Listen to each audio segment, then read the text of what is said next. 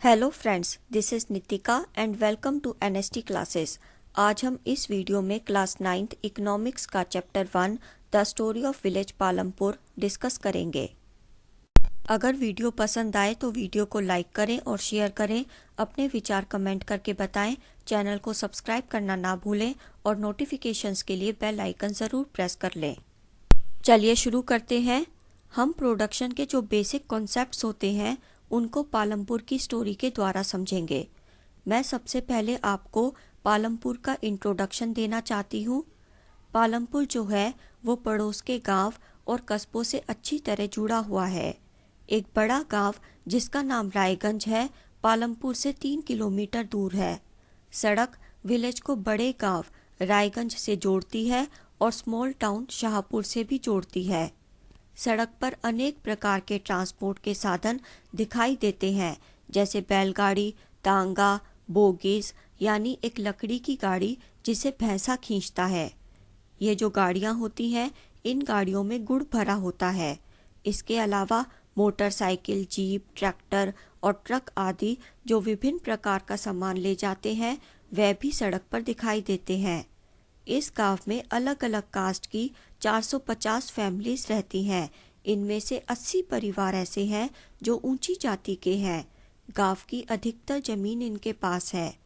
गांव के एक किनारे पर एससीज दलित, जिनकी संख्या लगभग 1/3 है, वह मिट्टी और घास फूस से बने छोटे घरों में रहते हैं। ज्यादातर घरों में बिजली के कनेक्शन है।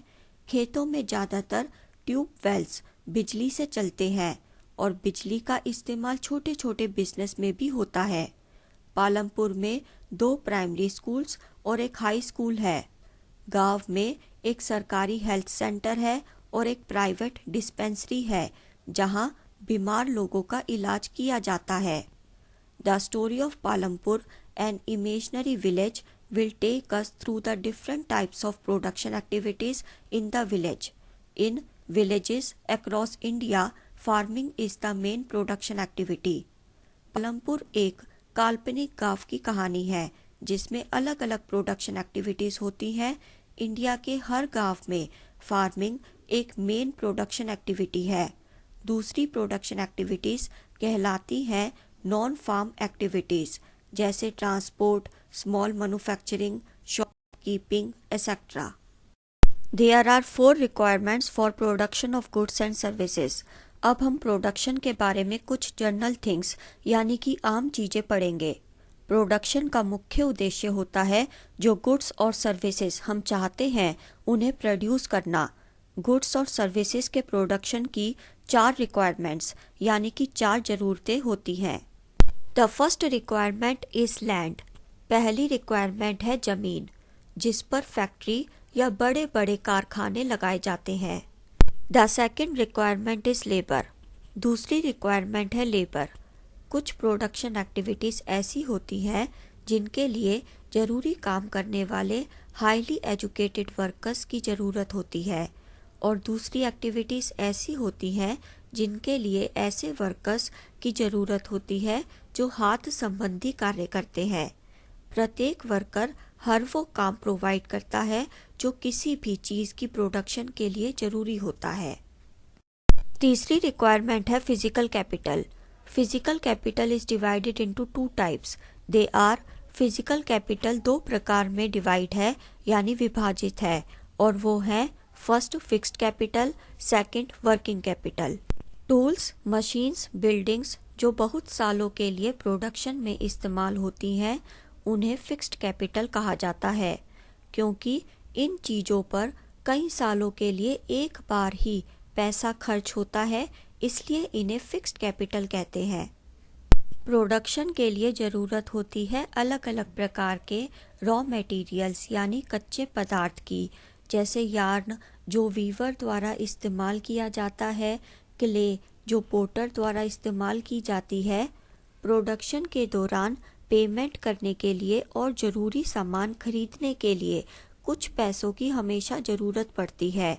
इन्हीं कच्चे पदार्थ और पैसों को वर्किंग कैपिटल कहा जाता है। हर production land, labour, physical capital और ह्यूमन कैपिटल को कंबाइन करने से यानी मिला देने से पूरी होती है, जिसे फैक्टर्स ऑफ प्रोडक्शन कहते हैं।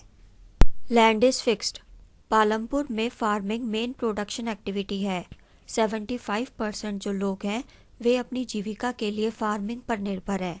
वे फार्मर्स या फिर फार्म लेबरर्स कुछ भी हो सकते हैं। देखिए, ये याद रखने वाली बात है कि पालमपुर में प्रोडक्शन को बढ़ाने में कुछ रुकावट है। कल्टीवेशन के लिए जो लैंड एरियाज हैं वे लगभग फिक्स्ड हैं, लेकिन 1960 से पालमपुर में कल्टीवेशन के लिए लैंड में कोई बढ़ोतरी नहीं हुई है। तब से गांव में कुछ जो वेस्ट लैंड्स थी उन्हीं को कल्टीवेबल लैंड में कन्वर्ट कर दिया गया। The standard unit of measuring land is Hector. Lands को मापने की स्टैंडर्ड यूनिट हेक्टर होती है, लेकिन गांवों में लैंड एरिया को लोकल यूनिट्स में डिस्कस किया जाता है, जैसे भीगा आदि। 1 hectare equals the area of a square with one side measuring 100 meters। 1 Hector उस स्क्वायर के एरिया के बराबर होता है जिसकी एक साइड 100 मीटर की होती है। रेनी सीजन यानी कि बरसात के मौसम में किसान खरीफ क्रॉप्स जैसे कि ज्वार, बाजरा उगाते हैं। बारिश के मौसम के बाद अक्टूबर से दिसंबर के बीच में पोटैटो यानी कि आलू उगाया जाता है, और सर्दियों में राबी क्रॉप्स उगाई जाती हैं जैसे वीट यानी गेहूं। साल में एक बार जमीन के एक हिस्से में शुगर केन उगाया जाता है। आपको पता है कि इसका क्या कारण था कि फार्मर्स एक साल में 3 फसल उगाने के लिए योग्य हुए? इसका एकमात्र कारण वेल डेवलप्ड इरिगेशन सिस्टम था। शुरू में तो किसान कुएं से पानी खींचने के लिए पर्सियन व्हील्स का इस्तेमाल करते थे, लेकिन बाद में उन्होंने बिजली से चलने वाले ट्यूबवेल का इस्तेमाल किया, जिससे कि वे इस कार्य में सफल हुए। एक साल के दौरान जमीन के एक हिस्से में जब एक से ज्यादा फसल उगाई जाती है तो उसे मल्टीपल क्रॉपिंग कहा जाता है। Green revolution. 1960 से पहले हमारे देश में गेहूं और चावल का उत्पादन बहुत कम होता था। हमें दूसरे देशों से गेहूं का इंपोर्ट करना पड़ता था, लेकिन जब हमने HYV सीड्स का इस्तेमाल करना शुरू किया तो पहले से कई गुना ज़्यादा गेहूं और चावल का उत्पादन हुआ। उससे हमारे देश की ज़रूरत तो पूरी होती थी, लेकिन अब हम एक्सपोर्ट भी करने लगे थे। हमारे देश में हरित क्रांति यानी कि ग्रीन रेवोल्यूशन 1960 में इंट्रोड्यूस हुआ, जब किसानों ने गेहूं और चावल को उगाने के लिए हाई यील्डिंग वैरायटीज़ यानी कि HYV सीड्स का इस्तेमाल किया, जिसके परिणाम स्वरूप एक ज़मीन के टुकड़े से बहुत ज़्यादा मात्रा में फूड ग्रेन का उत्पादन हुआ, जो पहले इसी ज़मीन के टुकड़े में बहुत कम होता था। अगर बेस्ट रिजल्ट चाहिए, यानी कि अगर कोई चाहता है कि फसल ज़्यादा हो, तो ज़्यादा फसल पाने के लिए HYV सीड्स के साथ बहुत सारा पानी, केमिकल फर्टिलाइजर्स और पेस्टिसाइड्स का इस्तेमाल करने की ज़रूरत होती है। ज़्यादा फसल पाना तब ही मुमकिन हो सकता है जब हम HYV seeds, irrigation, chemical fertilisers और पेस्टिसाइड्स को मिला दें। ये बात आप सबके लिए याद रखने वाली है कि इंडिया में सबसे पहले पंजाब, हरियाणा और वेस्टर्न उत्तर प्रदेश के किसानों ने ही कोशिश की थी मॉडर्न फार्मिंग मेथड्स को इस्तेमाल करने की। ये देखिए एग्रीकल्चर के पुराने तरीके जिसमें ज़्यादातर काम किसान खुद करते हैं, और ये देखिए एग्रीकल्चर के मॉडर्न तरीके यानी कि नए तरीके जिसमें ज़्यादातर काम मशीनों द्वारा किया जाता है। लैंड। देखिए, ज़मीन एक नेचुरल रिसोर्स होती है, इसलिए हमें इसका यूज़ यानी कि इस्तेमाल बड़ी सावधानी से करना चाहिए। लेकिन हरित क्रांति यानी कि ग्रीन रेवोल्यूशन के दौरान ज़्यादा केमिकल फर्टिलाइजर्स का इस्तेमाल हुआ। इसके ज़्यादा इस्तेमाल से मिट्टी ने अपनी फर्टिलिटी खो दी, और ट्यूबवेल से ज़मीन के नीचे का पानी लगातार इस्तेमाल करने से ज़मीन के नीचे का जो वाटर लेवल था वो भी बहुत कम हो गया। केमिकल फर्टिलाइजर्स सॉइल में जो बैक्टीरिया होते हैं और दूसरे माइक्रो ऑर्गेनिजम्स होते हैं उनको मार देता है। इंडिया में केमिकल फर्टिलाइजर्स की खपत पंजाब राज्य में सबसे ज़्यादा होती है। पालमपुर में 450 परिवारों में से 1/3 यानी लगभग 150 दलित जाति के हैं जिनके पास अपनी ज़मीन नहीं है जिस पर वह खेती कर सकें। 240 फैमिलीज के पास 2 हेक्टेयर से भी कम के छोटे खेत हैं जिनमें वे खेती बाड़ी करते हैं, जिससे किसान परिवारों की ज़्यादा इनकम नहीं हो पाती। In Palampur, there are 60 families of medium and large farmers who cultivate more than 2 hectares of land. A few of the large farmers have land extending over 10 hectares or more. Palampur में 60 medium और large farmers के परिवार हैं जिनके पास 2 hectare से ज़्यादा ज़मीन है जिसमें वो खेती करते हैं।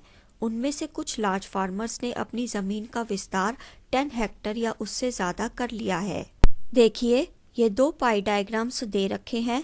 पहले पाई डायग्राम में कल्टीवेटेड एरिया की परसेंटेज दिखा रखी है और दूसरे पाई डायग्राम में नंबर ऑफ फार्मर्स की परसेंटेज दिखा रखी है। और नीचे देखिए बता रखा है कि ब्लू कलर स्मॉल फार्मर्स को दर्शा रहा है जिनके पास 2 हेक्टेयर से कम ज़मीन है, और येलो कलर मीडियम और लार्ज फार्मर्स को दर्शा रहा है जिनके पास 2 हेक्टेयर से ज़्यादा ज़मीन है। अब अगर हम दूसरे पाई डायग्राम में देखें तो 20% मीडियम और लार्ज फार्मर्स हैं जिनके पास कल्टीवेशन के लिए 64% एरिया है जो 2 हेक्टेयर से ज़्यादा है, और 80% छोटे किसान हैं जिनके पास कल्टीवेशन के लिए 36% एरिया है जो 2 हेक्टेयर से कम है। कहने का मतलब है कि छोटे किसान बहुत ज़्यादा हैं लेकिन उनके पास कल्टीवेशन के लिए बहुत कम एरिया है, और बड़े किसान बहुत कम हैं लेकिन उनके पास कल्टीवेशन के लिए बहुत ज़्यादा एरिया है। अगर आपको वीडियो पसंद आई हो तो वीडियो को लाइक करें और शेयर करें। अपने विचार कमेंट करके बताएं। चैनल को सब्सक्राइब करना ना भूलें और नोटिफिकेशंस के लिए बेल आइकन ज़रूर प्रेस कर लें। See you in the next video. Till then good bye. Thank you so much. Thanks for watching.